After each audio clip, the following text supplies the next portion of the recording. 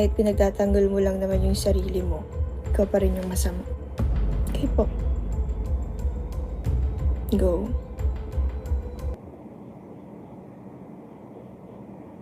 Out po. Salamat po sa comment po ninyo. Sa akin na, nag-video lang ako kasi i-upload ko lang pero hindi live. Parang mas gusto ko na lang hindi sa inyo pagkita live eh. Parang gusto ko nang gumawa ng mga video tapos i-upload ko na lang dahil hindi ko nababasahin yung mga comment. Parang gusto kong gano'n na lang. Kasi kapag nakalive ako, nababasa ko yung mga hindi dapat mabasa eh. Hindi naman ako nagbasa. Hindi naman pwede.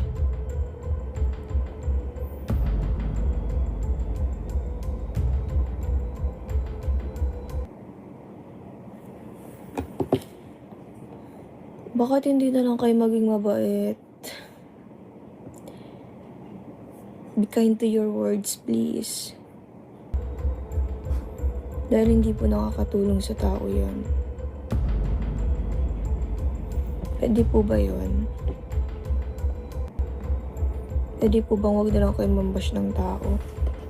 Dapat nga, sinusuportahan nyo kami both. Dapat nga sinusuportahan nyo na lang po kami.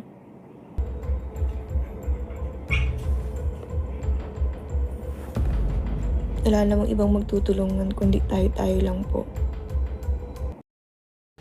Good morning. Suma po parang araw po muna ulit. No? So, gawa na naman tayo ulit ng panibang reaction video. Dito na naman ulit. Kahit dito na naman tayo. Wala namang problema yun. Dahil wala naman tayo na, hindi naman tayo determined as kalingap. No? Mabalbas no. Kaya, sinasabi ko sa inyo na pwede ako mag-reaction. Okay? So, pasensya na kung ayaw nyo. Pero, huwag na lang muna siguro kayo manood. Pero sa akin naman kasi, ito ay pagdedepensa or pagbibigay ng reaction kung ano ang aking nagiging opinion na mabalbas na. Dahil dito, doon ako sa mga sinasabing basher ni Rachel, no? Or yung dati nakasupporters yan eh.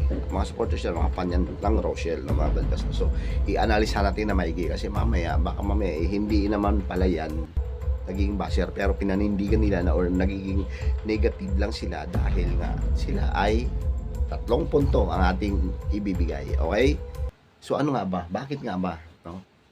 Hindi sila pinahalagahan or hindi sila dahil nga sa tagal ng panahon hindi man lang sila napansin or syempre sa galit, sa puot, sa sama ng loob dahil hindi man lang binigyan ng diba? Yung request or kung may request man or kasi may pakinabang kasi sila, malaking pakinabang sa industriya ng SOCMED, ng pagiging content creator. Hindi lang si Rachel lahat, no? Ako, meron akong basher eh. Meron akong ganito eh. Dahil nga, hindi natin alam kung bakit meron iba yung basher na sinasabi ko dito, yung nambabash sa'yo, yung below the belt. No? Sa kanila kasi hanggang, yung para kumbaga ay like nagbibigay lang ng negatibo. No? Negatibo na ganito, bakit kayo ng ganito, bakit may mga ganyan, may mga issue na, no? Ginawa para lang masira, no? So, pero, no, sa akin, pag-aanalisa rito mga balbas, kasi may bibigyan tayo ng ng ito, may babasihan tayo, no? Sa akin kasi, that's my opinion lang naman eh. Huwag kayo sa akin dahil na-open kayo sa akin eh, tsaka nagagalit kayo eh. Sa akin lang naman, it's my opinion. Kung ayaw nyo makinig, di go. At huwag kayo makinig or huwag kayo manood sa atin. No? So, dito kasi, hindi naman to idepensa, hindi naman to, yung, nandun ako sa sapatos ng nagbibigay ng negative sa side ng Ray or ng Morales family ha. Paliwalang na, mas maigi pa yung sa akin lang naman walang problema eh kasi 'di ba, meron akong channel kaya magpapaliwanag ako hanggang gusto ko, 'di ba? So dito, sinasabi kasi nila na ito may mga nakomento, magbe-base tayo rito. Hindi nyo kasi maintindihan eh. Hindi nyo maintindihan yung sinasabing pangbabash, pamumuna, pambibigay ng negatibo sa side ng Morales at nagiging pro sila at nagiging anti sila sa Morales dahil kinakapihan nila si Ruel, no? So, mali, no? Hindi dapat yun yung instinct nyo, hindi yun dapat yun yung nasa isip nyo eh. Okay? Correct me if I'm wrong. Gawan nyo, imali nyo ako dyan, ha? Wala namang magawa talaga dahil opinion ka yan, eh. Di ba? Di ba? Kaya, ito, ha? Akala kasi, ito, kahit si Rachel na makinig or mapangkin or mapanood niya ito, makakuha siya ng basis or parang hint, or hindi naman hint, eh. Hindi yan hint. Yung makakuha siya ng siguro idea lang, o kahit idea na lang, no, sasabihin natin, ay si Kabalbasa parang, di ba? Kasi buong akala mo, inaakala kasi ng lahat na itong mga nagbibigay ng negatibo ay yung nambabas ng bibigay ng mga masakit or ng salita dahil nga hindi mo kasi nakuha, hindi mo na kumbaga, di ba? Dapat kinuha mo eh. Ano ba? Bakit ba kayo nagalit sa akin, no? Bakit ba kalit ganito dahil sa issue? O sabihin natin mayroong ganito ganyan. Madali lang yun eh. Para sa akin, madali lang yun. Kinausap, humingi ng ganito, at kasi hindi pa nakabay. Ako, hindi nga beneficyan na nagkamali tayo eh. Kay Daddy D, di ba? Ganun sana ginawa. So ito nagiging malala kasi mga balbas eh. Pero kung kinuha mo na agad kung bakit nagka-problema, at bakit ayaw mo na sa kanya, or marami nag-unsub sa'yo, hindi lang kay Rachel to wala namang kung ano to eh. Para sa kalahatan to. Para sa akin din, para sa lahat ng mga content creator, sa mga nag-reaction or yung mga nagla-live, or syempre, di ba? Kasi nasa social media tayo eh. Di ba? Kuha nyo ako. Kaya maraming gusto sa atin eh, kahit hindi tayo masyado nagla-live dahil doon sa mga laman ng sinasabi natin. O na, sunod. Punto por punto natin. Galit? Kaya sinasabi mong basher or na parang di ba umaayos sa'yo dahil bakit? Yun yung tanong doon. Bakit naman? Dahil nga 3 punto lang. Galit sila. O baka nagmahal lang yan or nagmamahal sa Rochelle or baka nasaktan. Galit, nagmahal at nasaktan. 3 lang yan. Maniwala kayo sa akin. Hindi ako perfecto, hindi ako analista. Hindi naman tayo nag-aaral yan. Pero, syempre, di ba? Tingnan din natin yung side. Marami mga galing na reactor, di ba? Doon, makinig kayo makakuha kayo ng idea. Eh, sa akin naman kasi, opinion lamang, no? Nasa inyo kung maniwala kayo. Pero, ako, titingnan ko muna kung bakit talagang galit na galit ito mga ito, eh. At dahil dyan, mag-apektado ka talaga dahil hindi yan hihinto kung walang masatanong kung ikaw ay talagang maapektuhan. Correct me if I'm wrong. Diba? So dito, basahin natin yung mga nagkomento sa'yo. Alam mo, tuwan-tuwa ang mga basher pag naapektuhan ka sa mga sinasabi. Ito kay Ma'am Ashley Miss doon sa Miss sa komento, no? Nagbasa lang tayo dito sa 4 hours ago siyempre di ba nagre-record tayo kaya 4 hours pero nasa 12 hours na to, no? So tuwa ang mga basher pag ikaw ay naapektuhan. Sa sinasabi nila kasi yan talaga ang goal nila. Okay? Ayun nga, isipin mabuti at analyze natin, ha? Naging masama kasi ang mga basher kung nagbigay lang sila ng kanilang naramdaman, nagiging masama lang sila, di ba? Pero kung nung aga pa lang ay inaagapan na at nabigayan mo na sila ng humingi ka lang, kunting humingi lang, hihingi lang yung dispensa, okay na yun, di ba? Huwag ko ba nagkamali, ganito, ganyan. Yan ang lagi mo. Hanggang sa magsawa yan sila, hanggang sa hindi na yan. Kasi hindi sila napapakinggan eh. Kaya nga sila nanonood sa akin eh, kasi napapakinggan nila ako, nakuha nila yung side ko eh. Sabi niya, ay okay ito, di ba? Malay mo kung talagang nasaktan sila dahil mahal nila si Rochelle tapos walang paliwanag, hindi man lang sila pinapansin at yung gusto nilang mangyari, hindi nga. Nagiging basher. Pero bakit nga ba? Bakit nga ba sila galit?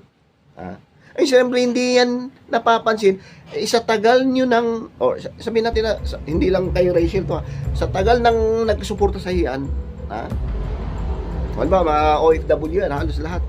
Mga talagang nagbabash, tapos siyempre nakikisimpat siya ng iba, yung iba dyan. Pero kung pinapansin mo at humingi ka ng, ano ba, bakit nga ba nangyari sa inyo to, na dapat na nandyan pa rin kayo, nakasuporta sa akin. Bakit ikala mo or inakala nyo na mali or kung mali man ako, humingi ka ng sorry at madalas mo sabihin na mahal mo kayong lahat. Ganun lang, kasimple. Tapos yan, wala nang bambas yan. Ako na nagsabi. Di ba? Bakit? Dapat inalam. O kahit sino, no? Alamin mo kung bakit, anong ba problema, ano bang ano. Okay, ito lang pala dapat simple. Sorry. Wala kang bawasan yun. Ngayon, bakit? Ulit, sasabihin ko yun. Kasi hindi nga sila na bigyan ng, kumbaga, di ba, kung halimbawa ikaw, ito, hindi mo na sila nalisya, or di ba, kung halimbawa meron kang isang bagay dyan na hindi mo na napapansin, dapat kasi pinapansin mo rin. Di ba? Yun yung kulang kasi meron kasing tinatawag na relasyon ng bawat, hindi lang relasyon nyo ay ganito yung sa BF mo, yung mga viewers mo, mga fan mo, mga supporters mo, at yung mga talagang diehard loyal sa'yo since nung first or day pa, no, di ba? Kasi sinasabi mo kasi ito, mahal ko lahat yan since mga nagmamahal sa akin hanggang ngayon, pero yung iba na umalis na, hindi naman tama yun. Hindi naman tama yun. Kasi nga, yung mga yan, nung nasaktan at masaya, malungkot, sa kalungkutan at kasiyahan, ay nandun yan sila. Mula pa noon, nung kayo pa, or nandun pa yung Rochelle, o sabihin natin Rochelle, or ano bang mga love team ngayon. Di ba? Dapat inalam mo, ay, ito pala nangyari, dahil sorry po, ganyan. Di ba? Kasi nagmahal mga yan Pangalawa na yun, Una, nasaktan, tapos pagmahal. Nangyari dyan, syempre, galit na galit talaga yan dahil hindi nabigyan ng pansin. Hindi na pansin, Nakuha nyo ako yung halaga, treasure, no? Dapat treasure yung mga yan. Hindi ibig sabihin na pag, bayaw na, ayaw ko na rin. Hindi, no. Wag.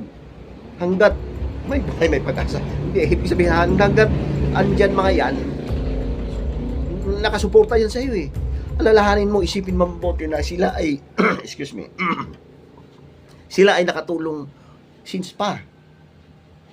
Kaya lang naman sila naging basher dahil hindi na nabigay or hindi na yung gusto nila na, yung goal nila or yung gusto nila ma-achieve sa inyo or pangarap nila na magiging okay ang lahat ay hindi na napansin at hindi na natupad. Kaya nagkaroon ng ganun. Di ba? Simple logic lang yun Kung yan ay hindi mo pinabayaan, kapabayaan. Malamang siguro pwede. Pero kung kabaitan, kasi mabait naman si Rachel, walang problema Masipag, charity, andyan naman, humanitarian, di ba? Hindi man tayo maiwasan yung iba. Pero hindi lang kasi, hindi, nagiging siya nagiging, hindi siya yung parang, kumbaga, di ba? Nag-iisa lamang na basher, or dalawa, tatlo, okay lang yun, di ba? 5. Parang majority, or, di ba?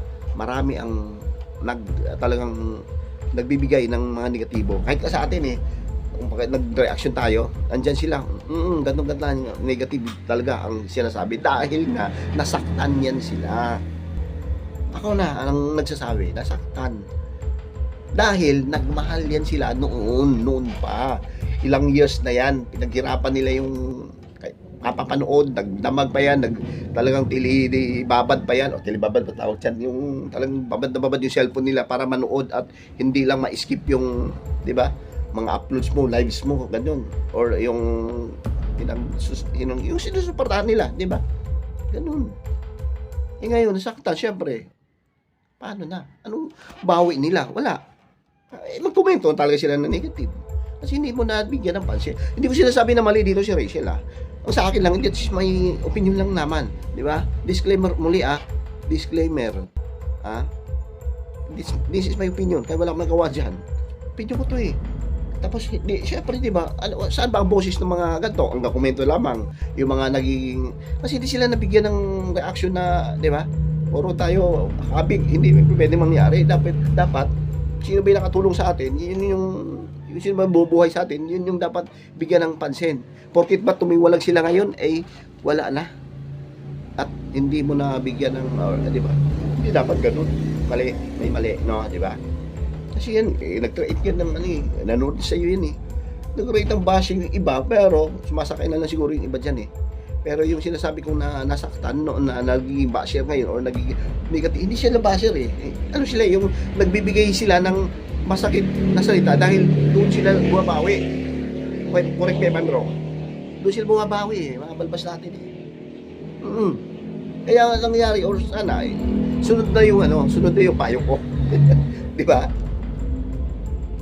Kaya nangyari, karoon ng mga komento negative dahil hindi ka sila napapansin.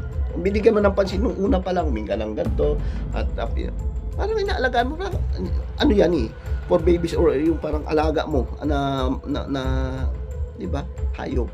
Binibigyan mo ng pansin, siyempre, di ba, alagaan ka dyan. Pero kayo, magbibigay ka ng pangit or papaluin mo yan, or hindi mo napapakainin, papansinin, siyempre, di ba, magtatampo yan. May sama ng loob din niya mga yan eh. Parang ganun din tao. Di ba? Lalo may mga viewers, supporters dati na talagang nagpakapuyat, nagpakapagod, sabihin natin na lumuluha, di ba? Umiiyak. Pareho na pala yun. Di ba? Nasaktan dahil sa inyo. Dahil sa di ba? Walang kwentang bagay, nasaktan sila. Kahit nasasabihin natin kasi pag nagmamahal din sila eh. Nagmahal sila sa tandem nyo or sa ano man ang ginagawa nyo daily, no? Roblox ba yan or charity or sa love team. Kaya hindi kasi nakukuha yung panig or hindi nyo na yung parang kumbaga, di ba, dapat pinahalagaan or dapat pinapansin nyo, no? Bakit ba ako nagkaganto? Tulad sa akin, kung halimbawa ako, supporters mo. Supporters ako ni Rachel, ni Rochelle, Tapos, pagdating ng huli, mahabang panahon mula since una o day one, di ba? Nandun nakasuporta, ganito, ganyan. Mahal na mahal kita, ganyan. Tapos, thank you po, ganun, God bless po. Pero ngayon, hindi mo na sila ginag-God bless dahil nagtumaywalang na. Di ba? Hindi mo sila minamahal dahil mayaw na sila sa iyo. Or, bakit nga ba nila? Kasi kunin mo kasi dapat yung ugat, no? Bakit nga ba sila mayaw? Bakit nga ba sila? Dahil nga ba doon, i-clear mo na wala. Bigay ka lang.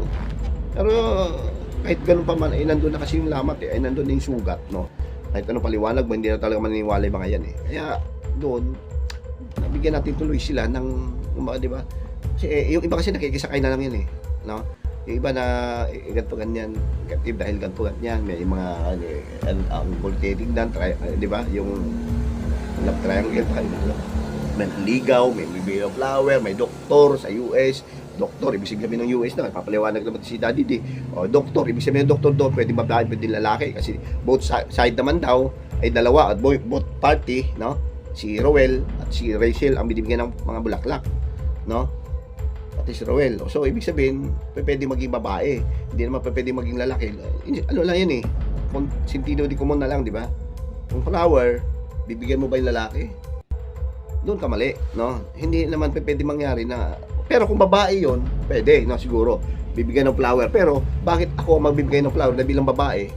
So bagay, kung ikaw ay supporters, no, tama, pwede yun. Pero kung ikaw ay nagbigay ng reaction late na or nandoon na kasi yung lamat or sugat or yung nalaman nila bago ka nagpaliwanag, ay wala, hindi yun, parang kung gusto ko man maniwala pero kunti lang. Di ba? Dapat una pa lang, ay ito huwag kayong ganito ka nangyari. Dapat naagapan, di ba? Kung nagbibigay dito, tapos may mga aligid na. Lalo na ngayon dahil meron kang binanggit kasi dyan, no? Na kung tutuusin daw, may nanliligaw. So parang, kumbaga, di ba?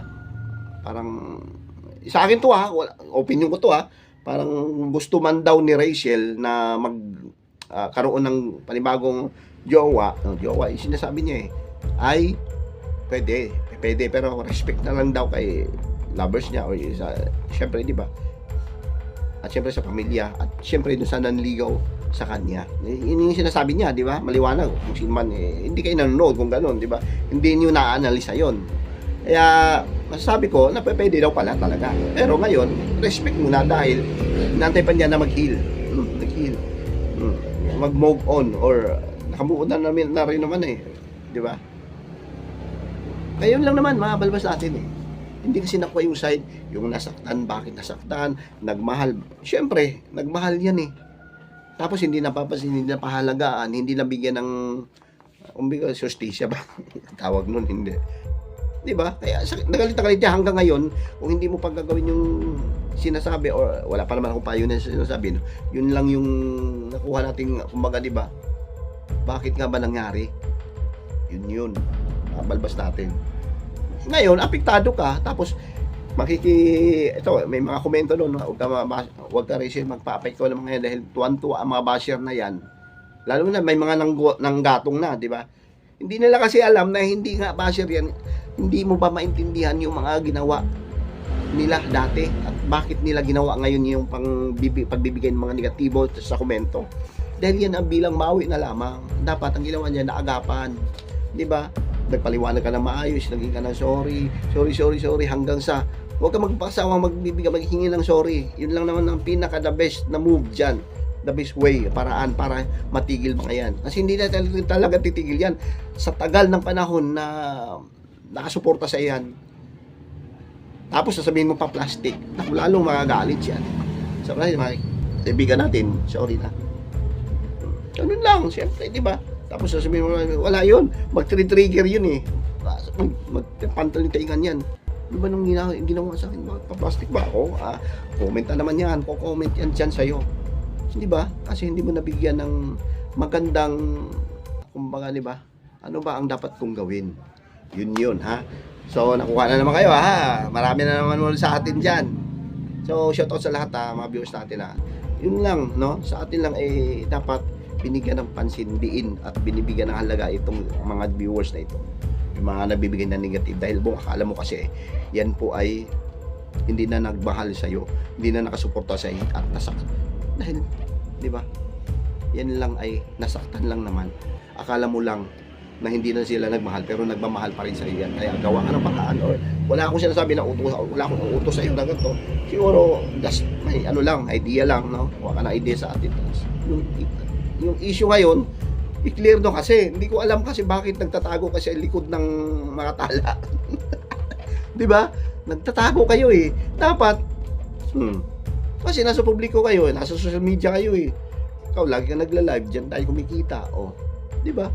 Dapat i-clear no na maayos. Okay? So yun lang naman po. Tapos magkumbaba dapat, no?